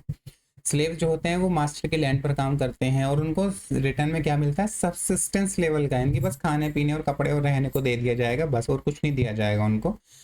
तो मास्टर अपना प्रॉफिट कैसे कमा रहा होता है कि स्लेव ने क्या प्रोड्यूस किया और माइनस कर देंगे वो कितना कंज्यूम कर रहा है, तो उसका जो बचा हुआ चीज होगी वो मास्टर का प्रॉफिट हो जाएगा। अब मास्टर का जो प्रॉफिट होगा वो डिपेंड करेगा वो नए नए स्लेव्स कैसे ला रहा है कैप्चर से, वॉर्स कि कहीं से पकड़ कैप्चर करके ला रहा है या खरीद रहा है, या वॉर हुआ तो वहां से स्लेव्स उनको हासिल हुए, ठीक है। तो क्योंकि स्लेव्स होते थे उनको रिप्रोड्यूस करना अलाउ नहीं था, तो वो कैप्चर या वॉर के थ्रू ही स्लेव्स को एक्वायर करते थे। तो स्लेव सोसाइटी, स्लेवरी की जो सोसाइटी हैं वो उनके एग्जांपल क्या हो जाएंगे, रोमन एम्पायर या फिर एथेंस के, ठीक है। यहाँ पर बात यूरोप की हो रही है, ठीक है, अमेरिका की नहीं। अब यहाँ पर एक्सप्लॉइटेशन जो हो रहा है स्लेव्स का, उसकी वजह से कॉन्ट्रडिक्शन डेवलप हो जाएगा मास्टर और स्लेव्स के बीच में, क्योंकि स्लेव्स का तो एक्सप्लॉइटेशन हो रहा है। इसकी वजह से हमें देखने को मिलेंगे कि स्लेव रिवॉल्ट्स होने लगेंगे, कि अब धीरे धीरे क्या होगा कि जो इकोनॉमिक ग्रोथ है वो स्लेवरी सस्टेन नहीं कर पाएगी और सिस्टम वीक हो जाएगा, और इस कॉन्ट्रडिक्शन की वजह से रिवोल्ट हो रहे हैं और जो स्लेवरी की वजह से एक इकोनॉमिक ग्रोथ नहीं देखने को मिल पा रही है जिसकी मिलनी चाहिए थी मास्टर्स को। तो यहाँ पर क्या होगा, अल्टीमेटली ये मोड ऑफ प्रोडक्शन खत्म हो जाएगा और फ्यूडलिज्म वजूद में आ जाएगा। अब फ्यूडल मोड ऑफ प्रोडक्शन में क्या होता है कि कुछ फ्यूडल लॉर्ड्स होते हैं और सर्फ होते हैं। फ्यूडल लॉर्ड्स जो होते हैं वो सर्फ को अपनी ज़मीनों पर काम करवाते हैं और फिर उनसे रेंट वसूलते हैं या फिर टैक्स वसूलते हैं और उनकी फ्री में सर्विसेज लेते हैं, ठीक है। यानी कि जो फ्यूडल लॉर्ड्स बोलेंगे वो सर्फ को करना पड़ेगा और उन सर्फ के पास लैंड राइट्स भी नहीं होंगे। तो सर्फ जो होते हैं वो अनफ्री होते हैं, यहाँ पर उनके पास कोई प्राइवेट प्रॉपर्टी नहीं होती है। यहाँ पर प्राइवेट प्रॉपर्टी जो होगी या फिर फोर्सेस ऑफ प्रोडक्शन होंगे वो मेनली लैंड होगा या फिर टूल्स होंगे जो लैंड पर वो यूज़ कर रहे हैं। तो जो लैंड होती है वो किसको बिलोंग करती है, लॉर्ड्स को, सर्फ को नहीं। तो सर्फ लॉर्ड्स की प्रॉपर्टी को यूज़ कर रहे होते हैं सर्फ, मगर उसको ओन नहीं कर सकते। तो जितना भी उनको सर्फ को अपनी फैमिली सब्सिस्टेंस के लेवल के ऊपर यानी कि फैमिली की ज़िंदगी गुजार सके बस इतना वो अपने पास रखते हैं, और सारा जितना भी उनको ज़मीन से चीज़ें मिली हैं, ठीक है, वो सब दे देते हैं, या फिर ज़मीन से जो फसल उगी है सारी फसल दे देते हैं किसको, फ्यूडल लॉर्ड्स को। तो यहाँ पर जो प्रोडक्शन के इंस्ट्रूमेंट होते हैं वो सिंपल होते हैं। सिंपल इंस्ट्रूमेंट का इस्तेमाल करते ही खेती की जा रही होती है ज़मीनों पर। अब क्या होगा कि टाइम के साथ नई नई विंड मिल्स डेवलप हो जाएंगी, वाटर मिल्स डेवलप हो जाएंगी, तो जो एग्रीकल्चरल प्रोडक्टिविटी है वो बढ़ जाएगी, नए नए टूल्स आ जाएंगे, ठीक है। ट्रेड कॉमर्स डेवलप होगा, हैंडीक्राफ्ट डेवलप होगा, धीरे धीरे टाउन्स जो होंगे वो ग्रेजुअली अलग अलग जगह पर इवॉल्व होते हुए हमें देखने को मिलेंगे, और एक नई क्लास डेवलप होगी मर्चेंट और ट्रेडर्स की, ठीक है, जिसको हम बोर्जुआजी भी कह सकते हैं। अब यहाँ पर क्या होगा, फ्यूडल लॉर्ड्स और बोर्जुआजी के बीच में कॉन्फ्लिक्ट हमें देखने को मिलेगा। उससे क्या होगा, फाइनली बोर्जुआजी रिवॉल्यूशन आ जाएगा। तो जो कार्ल मार्क्स कहते थे वो कहते थे कि जो फ्रेंच रिवॉल्यूशन है वो बोर्जुआजी रिवॉल्यूशन है। फिर जो जो ट्रेडर्स थे या मर्चेंट्स थे उन्होंने रिवोल्ट किया था फ्यूडल लॉर्ड्स के अगेंस्ट में। ये जो किंग्स थे उनको फ्यूडल लॉर्ड्स कह सकते हो। तो अब इस रिवोल्ट या कॉन्ट्राडिक्शन की वजह से क्या होगा, फ्यूडलिज्म इवेंचुअली रिप्लेस हो जाएगा कैपिटलिज्म से। अब कैपिटलिस्ट मोड ऑफ प्रोडक्शन में क्या होगा कि यहाँ पर जो बोलबाला होगा वो कैपिटल का होगा। कैपिटल यानी कि ऐसी चीज जो आपको मार्केट में आप री इन्वेस्ट करके प्रॉफिट कमा सको, मनी हो, क्रेडिट हो, फिजिकल मशीनरी हो, कुछ भी हो। यहाँ पर मीन्स ऑफ प्रोडक्शन क्या होता है, कैपिटल होता है। और यहाँ पर कैपिटल की प्राइवेट ओनरशिप हो जाएगी, यानी कि जितनी भी मीन्स ऑफ प्रोडक्शन है, फैक्ट्रीज हैं, टूल्स हैं, लैंड्स हैं, उनकी प्राइवेट प्रॉपर्टी होगी, कैपिटलिस्ट के हाथ में होगा। गुड्स जो होंगे वो सेल के लिए प्रोड्यूस होंगे, मार्केट में जाकर जो प्रोडक्शन हो रहा है गुड्स का वो मार्केट में जाकर उन गुड्स को सेल किया जाएगा। और उन गुड्स को बनाने के लिए लेबर का इस्तेमाल किया जाएगा, इनके लेबर पावर को खरीदा जाएगा और मार्केट में बेचा जाएगा। यहाँ पर स्लेवरी तो नहीं होगी, मगर लेबरर्स जो होते हैं वो एम्प्लॉयर के साथ एक कॉन्ट्रैक्ट में आएंगे। यहाँ पर इसका मतलब ये नहीं है स्लेवरी नहीं है तो एक्सप्लॉइटेशन नहीं हो रहा है, यहाँ पर भी एक्सप्लॉइटेशन होगा। अब धीरे धीरे क्या होगा, एक कॉन्ट्राडिक्शन डेवलप हो जाएगा। ठीक, सोशल प्रोडक्शन में कि प्रोडक्शन तो वर्कर्स कर रहे हैं मिलकर, और प्राइवेट अप्रोप्रिएशन में मगर जो प्रॉफिट हो रहा है वो जो कैपिटलिस्ट लोग हो रहे हैं या ओनर्स होते हैं वो ले जाएंगे प्रॉफिट, और जो वर्कर्स होते हैं उनको प्रॉफिट नहीं देंगे, जिसकी वजह से एक कॉन्ट्राडिक्शन डेवलप हो जाएगा वर्कर्स और कैपिटलिस्ट के बीच में, या फिर बोर्जुआजीज और प्रोलेटेरिएट के बीच में। उस कॉन्ट्राडिक्शन की वजह से क्लास कॉन्शियसनेस डेवलप होगी वर्कर्स में, और जो प्रोलेटेरिएट है फाइनली एक रिवॉल्यूशन लाएंगे और कैपिटलिज्म को ओवरथ्रो करके सोशलिज्म या कम्युनिज्म को स्टैब्लिश कर देंगे। अब आते हैं छठी स्टेज, सोशलिज्म, जिसको उन्होंने डिक्टेटरशिप ऑफ प्रोलेटेरिएट भी कहा था। सोशलिज्म एक ट्रांजिशन स्टेज होती है, फाइनल स्टेज क्या होगी, कम्युनिज्म की। कैपिटलिज्म और कम्युनिज्म के बीच की स्टेज कहा जाता है सोशलिज्म, जो प्रोलेटेरिएट रिवॉल्यूशन के बाद शुरू होती है। यहाँ पर क्या होता है सोशलिज्म में कि जो स्टेट पावर होती है वो वर्किंग क्लास के पास आ जाती है, और कैपिटलिस्ट रूल जो होता है वो एबोलिश कर दिया जाता है। ठीक, जो प्राइवेट ओनरशिप होगी वो खत्म कर दी जाएगी, जितनी भी मीन्स ऑफ प्रोडक्शन की ओनरशिप होगी वो कलेक्टिव होगी या पब्लिक होगी। ठीक है, जो प्रोडक्शन होगा वो लोगों की ज़रूरत के हिसाब से होगा, प्रॉफिट ओरिएंटेड प्रोडक्शन नहीं होगा। अब डिक्टेटरशिप ऑफ प्रोलेटेरिएट वो इसलिए कहते थे क्योंकि अगर कोई बचा हुआ वो कैपिटलिस्ट है वो अपनी पावर को रिगेन करने की कोशिश करेगा तो उसको रिगेन नहीं करने दिया जाएगा पावर, और धीरे धीरे इकोनॉमिक इनइक्वालिटी कम होती चली जाएगी और सोसाइटी में इक्वालिटी हमें देखने को मिलेगी। इसकी वजह से क्या होगा, सोशलिज्म में एजुकेशन है, हेल्थ केयर है, या फिर जितनी भी पब्लिक नीड्स होती हैं ना वो सबको इक्वली एक्सेसिबल होंगी। मगर यहाँ पर ये नहीं है सोशलिज्म में स्टेट एग्जिस्ट नहीं करेगा, यहाँ पर स्टेट एग्जिस्ट करेगा, मगर वो स्टेट जो है ना वो वर्किंग क्लास के लिए काम करेगा। दुनिया में आप वो ज़्यादातर जो जितने भी कम्युनिस्ट स्टेट अपने आप को कहते हैं वो असल में या तो डिक्टेटोरियल रिजीम्स होते हैं या फिर वो सोशलिस्ट स्टेट होते हैं। अब दुनिया में ना तो कोई प्योर कैपिटलिस्ट स्टेट है ना ही प्योर कम्युनिस्ट स्टेट। अब सातवीं और लास्ट स्टेज आती है कम्युनिज्म। ये फाइनल स्टेज होगी ह्यूमन डेवलपमेंट की, जहां पर देखो सबसे इंपॉर्टेंट चीज क्लासलेस, स्टेटलेस और एक्सप्लॉयटेशन फ्री सोसाइटी हमें देखने को मिलेगी। ना ही कोई प्राइवेट ओनरशिप होगी मीन्स ऑफ प्रोडक्शन की। ठीक है, means of production collectively owned होंगे। प्रोडक्शन वही पुराने सोशलिज्म की तरह प्रोडक्शन जो होगा वो ह्यूमन नीड्स को फुलफिल करने के लिए बनाया जाएगा, प्रॉफिट के लिए नहीं। ना तो क्लास होगी, ना एक्सप्लॉयटेशन होगा, ना एलियनेशन होगा, ना ही क्लास कॉन्फ्लिक्ट होगी। ठीक है, और ना ही स्टेट होगा, स्टेटलेस एंड क्लासलेस सोसाइटी। अब लेबर जो होगी वो अपनी क्रिएटिविटी को फुलफिल कर पाएंगे, सेटिस्फेक्शन हासिल कर पाएंगे अपने लेबर से। ठीक है, ह्यूमन बींग्स जो होंगे वो एक दूसरे के साथ फ्रीली कोऑपरेट करेंगे, वो अपने फुल पोटेंशियल को अचीव कर पाएंगे, और हमें एक हार्मोनियस सोसाइटी देखने को मिलेगी कम्युनिज्म में। तो ये सारी चीज़ थी हिस्टोरिकल मटीरियलिज्म के 7 स्टेजेस। उसके बाद आते हैं आइडियोलॉजी, ये कल्चरल एस्पेक्ट हैं कैपिटलिज्म के। अब आइडियोलॉजी क्या होते हैं, आइडियोलॉजी प्रेवलेंट आइडियाज होते हैं सोसाइटी में जो चेंज नहीं होने देते सोसाइटी को। ठीक है, जो सोसाइटी को एज इट इज रखना चाहते हैं। अब वो चेंज चाहे रिलेशंस ऑफ प्रोडक्शन में हो या फिर फोर्सेस ऑफ प्रोडक्शन में हो। अगर हम कैपिटलिज्म के टर्म्स में देखें अकॉर्डिंग टू कार्ल मार्क्स, 2 तरह की आइडियोलॉजीज होती हैं। एक स्पॉन्टेनियस इन्वर्टेड आइडियाज होते हैं जिसमें, दूसरा होता है रूलिंग आइडियाज। देखो मैंने कहा था कि कैपिटलिज्म में कॉन्ट्राडिक्शंस तो होते ही हैं, और साथ के साथ कैपिटलिज्म में चीज़ों को रीफाई किया जाता है, यानी कि चीज़ों को जो असली वजह होती है उसको एक रीफाइड मॉडल के पीछे छुपा दिया जाता है। तो उससे ही रिलेटेड है पहला, स्पॉन्टेनियस इन्वर्टेड आइडियाज। इसमें क्या होता है, इस टाइप की आइडियोलॉजी में क्या होता है, लोग जो होते हैं ना वो ट्रुथ को इन्वर्टेड फॉर्म में देख रहे होते हैं, जैसे कि फेटिशिज्म ऑफ कमोडिटीज होगा, या फिर हम इकोनॉमी को रीफाई कर रहे होते हैं कि कमोडिटी की जो वैल्यू है वो उसकी उसकी अपनी पर्सनल फीचर्स की वजह से आ रही होती है, जबकि कोई भी कमोडिटी होगी उसकी वैल्यू लेबर उस कमोडिटी को वैल्यू दे रही होती है।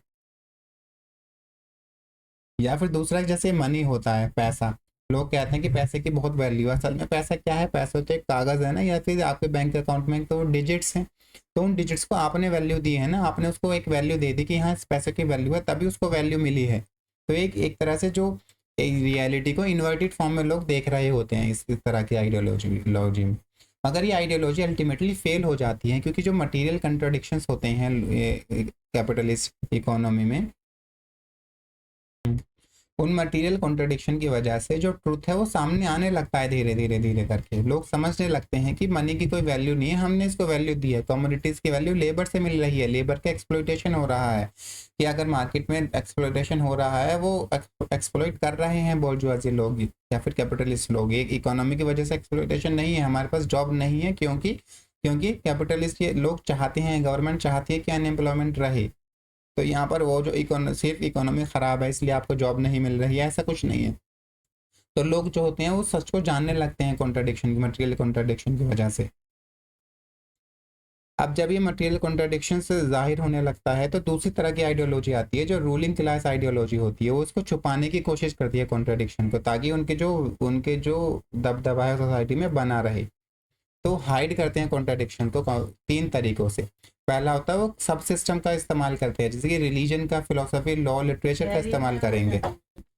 जैसे कि रिलीजन का इस्तेमाल करके कहेंगे कि अगर किसी का एक्सप्लॉइटेशन हो रहा है, वो 5,000 रुपये महीना कमा रहा है, तो कहेंगे ये तुम्हारी किस्मत है, ठीक है।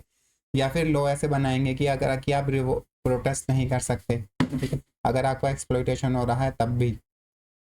तो ये इनका मकसद होता है यहाँ पर इन सब सिस्टम्स के थ्रू कॉन्ट्राडिक्शंस को कोहेरेंट बताना। कोहेरेंट मतलब कि ये नेचुरल है, ये तो होता ही है। अब लिटरेचर का इस्तेमाल करके भी हो सकता है, लोग आर्टिकल्स लिखते हैं न्यूज़पेपर में, डिफेंड करते हैं अनएम्प्लॉयमेंट को, या फिर कैपिटलिस्ट रिजीम को डिफेंड कर रहे होते हैं, ठीक है। या फिर दूसरा तरीका होता है आइडियोलॉजी का, कि लोगों को पर्सनल प्रॉब्लम पे डाल देना कि तुम्हारी गलती है, अगर तुम्हें जॉब नहीं मिल रही तुम्हारी गलती है। मतलब अगर किसी को जॉब नहीं मिल रही है, या फिर जॉब मिली तो 5,000 रुपये महीना की जॉब मिली, तो कहते हैं कि आप, तुम्हारे अंदर स्किल नहीं है इसलिए तुम्हें जॉब नहीं मिल रही। तो यहाँ पर इंडिविजुअल के ऊपर वो ब्लेम डाला जाता है कि आपका एक्सप्लॉइटेशन हो रहा है क्योंकि तुम्हारी गलती है, ठीक है। या फिर कह देते हैं कि ह्यूमन नेचर के अंदर कॉन्ट्राडिक्शंस है, कि इंसान ऐसे ही होते हैं इसलिए वो सफ़र करते हैं, ठीक है। इस तरह से आइडियोलॉजीज क्रिएट की जाती हैं। वो कौन क्रिएट करता है, रूलिंग क्लास क्रिएट करता है, ठीक है। और वो रूलिंग क्लास के साथ साथ कुछ प्रोलेटेरिएट भी क्रिएट करते हैं, जिनके अंदर उम्मीद नहीं होती है कि चेंज हो जाए। जैसे कि आपने देखा होगा कुछ वर्कर्स होते हैं वो कैपिटलिस्ट लोगों को डिफेंड कर रहे होते हैं, या फिर सिस्टम को डिफेंड कर रहे होते हैं, नहीं सिस्टम सही है, हमारी गलती है। तो ये सब रूलिंग क्लास या फिर कुछ प्रोलेटेरिएट इस आइडियोलॉजी को डिफेंड कर रहे होते हैं। मगर ये आइडियोलॉजी अल्टीमेटली किसको फायदा देती है, रूलिंग क्लास को, क्योंकि वो कॉन्ट्राडिक्शन को हाइड कर देती है, जिसकी वजह से सोशल चेंज आ सकता है, मगर वो सोशल चेंज नहीं आ पा रहा होता है।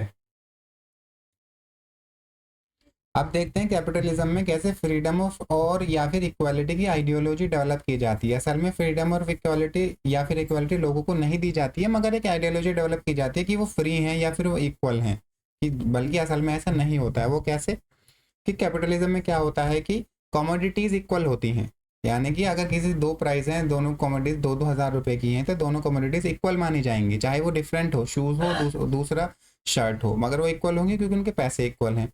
और इक्वालिटी ऑफ पीपल इन्वॉल्व, और जो लोग होते हैं उनको डिफ्रेंशिएट नहीं किया जाता, कोई भी अगर किसी के पास 2,000 रुपये हैं तो वो उसको खरीद सकता है, तो इक्वालिटी मानी जाती है। मगर और दूसरा था फ्रीडम मानी जाती है, कि लोग जो हैं फ्री हैं, वो कुछ भी खरीदें कुछ भी बेचें, और अपनी वेजेस को भी, यानी कि किसी के पास भी काम करें, एक फैक्ट्री ओनर के पास काम नहीं आ रहा तो दूसरे फैक्ट्री ओनर्स के पास काम करें। तो यहाँ पर एक अपेयर होता है कि लोग फ्री हैं और इक्वल हैं इन दोनों पॉइंट्स की वजह से। मगर रियल में कौन फ्री होता है, कैपिटल फ्री होते और इक्वल होती है, लोग नहीं, ठीक है। ये पॉइंट्स मैं पहले भी डिस्कस कर चुका हूँ। कि लोग फ्री तो हो, लोग 2000 रुपये में कुछ भी खरीद सकते हैं, मगर लोगों के पास 2000 होने भी तो चाहिए ना। इनइक्वालिटी होती है लोगों के बीच में पैसे की, जिसकी वजह से वो कुछ भी प्रोडक्ट को खरीदने में इक्वल नहीं होते हैं, या फिर अपनी वेजेस को बेचने में किसी वो वेजेस को बेचने में भी इक्वल नहीं होते हैं। अगर कोई अनएम्प्लॉयड आदमी है तो वो एक्सप्लॉयटेशन उसका होगा ही, क्योंकि उसके पास कोई चॉइस नहीं है, उसको काम करना पड़ेगा पैसा कमाना है तो, अगर ज़िंदगी जीनी है तो। ऐसे में वो फ्री नहीं हुए असल में। अब पुराने सिस्टम में क्या होता था, डोमिनेशन डायरेक्ट होता था और दिखाई देता था तुम्हें कि ये किंग जो है या फिर लॉर्ड्स जो हैं, फ्यूडल लॉर्ड्स, वो तुमको डोमिनेट कर रहे हैं, या फिर मास्टर जो होते हैं वो स्लेव्स को डोमिनेट कर रहे हैं। मगर कैपिटलिज्म में क्या होता है, डोमिनेशन जो होता है वो ऑब्जेक्टिव मान लिया जाता है और न्यूट्रलाइज कर लिया जाता है, और वो इनविजिबल हो जाता है कि लोगों को पता ही नहीं होता कि उनका उनका डोमिनेशन हो रहा है या फिर उनका एक्सप्लॉयटेशन हो रहा है। उनको जो ऑब्जेक्टिव क्राइटेरिया के पीछे छुपा दिया जाता है कि इकोनॉमी की ऐसी है, इसलिए आपको इतने ही पैसे हम दे सकते हैं, कोई फैक्ट्री ओनर कहेगा, ठीक। मगर वो, जबकि वो फैक्ट्री ओनर के हाथ में है कि उसको अच्छी तनख्वाह भी दे सकता, मगर वो देगा नहीं, चाहे वो खुद को प्रॉफिट 3 लाख का होगा, मगर वो वर्कर को 8000 रुपये महीना ही दे रहा होगा और कहेगा कि इकोनॉमी ऐसी है। तो यहाँ पर एक इनविजिबल बैरियर इकोनॉमी का रख दिया उसने सामने, और जो डोमिनेशन है उसको ऑब्जेक्ट न्यूट्रलाइज कर दिया कि ये तो होता ही है। जबकि कार्ल मार्क्स ने कहा ट्रू फ्रीडम जब आएगी जब लोग अपनी लेबर या प्रोडक्ट के ऊपर कंट्रोल हासिल करेंगे, यानी कि उनको जो जैसा प्रोडक्ट, उनको क्रिएटिविटी का इस्तेमाल करके प्रोडक्ट बनाएंगे जैसे वो बनाना चाहते हैं। कैपिटलिज्म में क्या होता है, वर्कर्स जो होते हैं वो कैपिटल के गुलाम हो जाते हैं, यानी कि पैसे के गुलाम हो जाते हैं, मोटा मोटा समझे तो। वो फ्री नहीं होते हैं, वर्कर्स को काम करना पड़ेगा जीने के लिए, और कैपिटलिस्ट जो होते हैं वो अपने रिजर्व आर्मी में से किसी को भी चूज कर सकते हैं। अनएम्प्लॉयमेंट जानबूझ के क्रिएट किया जाता है ताकि वेजेस लो कर सकें और एक्सप्लॉयटेशन हो सके और कैपिटलिस्ट को प्रॉफिट पहुंचाया जा सके। अब इन सब चीज़ों से क्या होता है, ये आइडियोलॉजीज क्रिएट की जाती हैं इक्वालिटी और फ्रीडम की, गलत आइडियोलॉजीज। उससे क्या होता है कि जो स्ट्रक्चरल इनइक्वालिटी होती है वो नेचुरल लगती है। वो कैसे लगती है कि अगर कोई बिलियनियर से होता है तो उसको ये नहीं देखेंगे कि बिलियनियर एक्सप्लोटेशन कर रहा है लोगों का तभी वो बिलियनियर बना है, कहेंगे कि उसने बहुत मेहनत करी है इसलिए वो बिलियनियर बन गया। पॉवर्टी को लोगों पे ब्लेम करेंगे कि लोग पुअर हैं क्योंकि वो आलसी हैं, काम नहीं कर रहे हैं, ठीक है। इनइक्वालिटी को इक्वालिटी की तरह दिखाने की कोशिश करेंगे, और जो फ्रीडम होगी असल में वो रिच के पास होगी, और उसको ही असली फ्रीडम सोसाइटी में माना जाने लगेगा। जैसे कि अगर आपके पास पैसा हो तो आप किसी भी कंट्री में घूम सकते हो दुनिया की, आपके पास फ्रीडम है, टू फ्रीडम ऑफ मूवमेंट है, रियल फ्रीडम ऑफ मूवमेंट। मगर जो प्रोलेटेरिएट वर्कर्स होते हैं वो नहीं घूम सकते, उनके ऊपर सैंक्शंस होता है, पैसे का तो होता ही है, मगर जो वीज़ा होता है, पासपोर्ट होता है, उनका भी सैंक्शन लगाया जाता है। तो फ्रीडम किसके पास हुई, जो बोर्जुआजी होते हैं या कैपिटलिस्ट होते हैं उनके पास ही तो असल फ्रीडम हुई। पहले क्या होता था, जो अनफ्रीडम होती थी, जैसे कि स्लेव्स हैं वो अनफ्री नहीं होते थे, वो मास्टर के गुलाम होते थे। तो अगर आप मास्टर का हार्ट चेंज करो, उसको समझाओ, तो वो अपने गुलाम को आज़ाद भी कर देता था। मगर कैपिटलिज्म में क्या होता है, चीज़ों को ऑब्जेक्टिफाई या रीफाई कर दिया जाता है, उनको छुपा दिया जाता है, ठीक है। कि अगर लोग को एक्सप्लॉयटेशन, उनका ऑपरेशन हो रहा है तो इकोनॉमी की ऐसी है उसकी वजह से ऑपरेशन हो रहा है, या फिर हम क्या कर सकते हैं, मार्केट कंडीशन ऐसी है। तो इसलिए कार्ल मार्क्स कहते थे कि पूरे सिस्टम को हमें ओवरथ्रो करना पड़ेगा। तो कैपिटलिज्म में जो अनफ्रीडम की अवेयरनेस है कि लोग अवेयर ना हो जाएं कि वो असल में फ्री है ही नहीं, उसको छुपाने के लिए आइडियोलॉजीज का इस्तेमाल होता है। और दूसरा, कैपिटलिज्म एक इनहेरेंटली अनइक्वल है, यहाँ पर लोगों को एक्सप्लॉयटेशन हो रहा है, वर्कर्स का अनएम्प्लॉयमेंट है, ठीक है। तो इसकी वजह से क्या होता है, रिच रिचर होते जाते हैं। आप देखते होंगे कि आजकल रिच रिचर होते जा रहे हैं, पुअर पुअरर होते जा रहे हैं। तो यहाँ पर कैपिटलिज्म में एक इनहेरेंटली अनइक्वालिटी होती है, वो स्ट्रक्चरल अनइक्वालिटी होती है, लोगों के आउट ऑफ कंट्रोल होती है। इसलिए कार्ल मार्क्स ने कहा था कि पूरे कैपिटलिस्ट सिस्टम को ओवरथ्रो करना पड़ेगा। अब रिलीजन के बारे में कार्ल मार्क्स ने कहा था कि रिलीजन एक ऐसी आइडियोलॉजी होती है जो लोगों की सफरिंग को इन्वर्टेड या डिस्टॉर्टेड फॉर्म में पोर्ट्रे करती है। उन्होंने कहा था जो रिलीजन है वो sigh of the oppressed creature है, या फिर ओपियम ऑफ द पीपल है। इसका मतलब क्या है कि लोगों को कंफर्ट देती है वो, ठीक है। यानी कि अगर आप सफ़र कर रहे हो तो आपको इसकी किस्मत में यही लिखा था कि आपके पास्ट क्यों ना होंगे आज, जिसकी वजह से आप सफ़र कर रहे हो, या फिर सब्र करो, आपको फ्यूचर में फ़ायदा मिलेगा या आपको लाभ मिलेगा, ठीक। तो इस तरह से लोगों को एक तरह से कंफर्ट देता है रिलीजन। कार्ल मार्क्स ने कहा था कि कैपिटलिज्म की वजह से ऑपरेशन है, ना कि गॉड की वजह से, ठीक है। मगर लोग अपनी सफरिंग को डाइवाइन यानी कि गॉड को कहते हैं कि गॉड की वजह से हमारे ऊपर सफरिंग आई है, इंस्टेड ऑफ कैपिटलिस्ट एक्सप्लॉयटेशन। तो इस तरह से कार्ल मार्क्स ने कैपिटलिज्म को क्रिटिसाइज कर रहे थे, ना कि रिलीजन्स को। वो रिलीजन के अपोज नहीं थे, ठीक है, मगर रिलीजियस इल्यूजन्स के अपोज थे कि रिलीजन जो है ना कैपिटलिस्ट ऑपरेशन को हाइड कर देता है, उसके अगेंस्ट थे, रिलीजन के नहीं। तो यहाँ पर उन्होंने कहा था कि रिलीजन के दो रोल होते हैं, ठीक है। वो एक ऑपरेशन को मेंटेन करता है कि ताकि बाय जस्टिफाइंग इनइक्वालिटी, कि वो जो ऑपरेशन को जस्टिफाई करने की कोशिश करता है कभी कभी रिलीजन की। अगर कोई अमीर है तो उसकी किस्मत में है, कोई गरीब है तो उसकी किस्मत में है, सब्र करो आपको मरने के बाद उसका लाभ मिल जाएगा जितनी भी परेशानी भुगत रहे हो। तो एक तो रोल ये हो गया। दूसरा रोल होता है कि वो रेजिस्टेंस इंस्पायर भी कर सकता है लोगों के अंदर, एक्सप्लॉइटेशन को ओवरथ्रो करने के लिए रिलीजन का इस्तेमाल कर सकते हैं लोग। अब यहाँ पर कुछ बुक्स हैं कार्ल मार्क्स के, ये आप देख लीजिए एक बार, वीडियो को पॉज करके देख लेना। आजकल नई नई बुक्स पूछी जा रही हैं, तो मैंने ज़्यादातर लिस्ट जो कार्ल मार्क्स ने बुक लिखी है वो सब इंक्लूड कर ली हैं। दूसरा पेज ये रहा बुक्स का, वीडियो को पॉज करेगा, देख लीजिएगा, लिख लीजिएगा इनको। तो आज की वीडियो में इतना ही। अगर आपको वीडियो अच्छी लगी हो तो लाइक करना, कमेंट करना और चैनल को सब्सक्राइब करना ज़रूर। Thank you.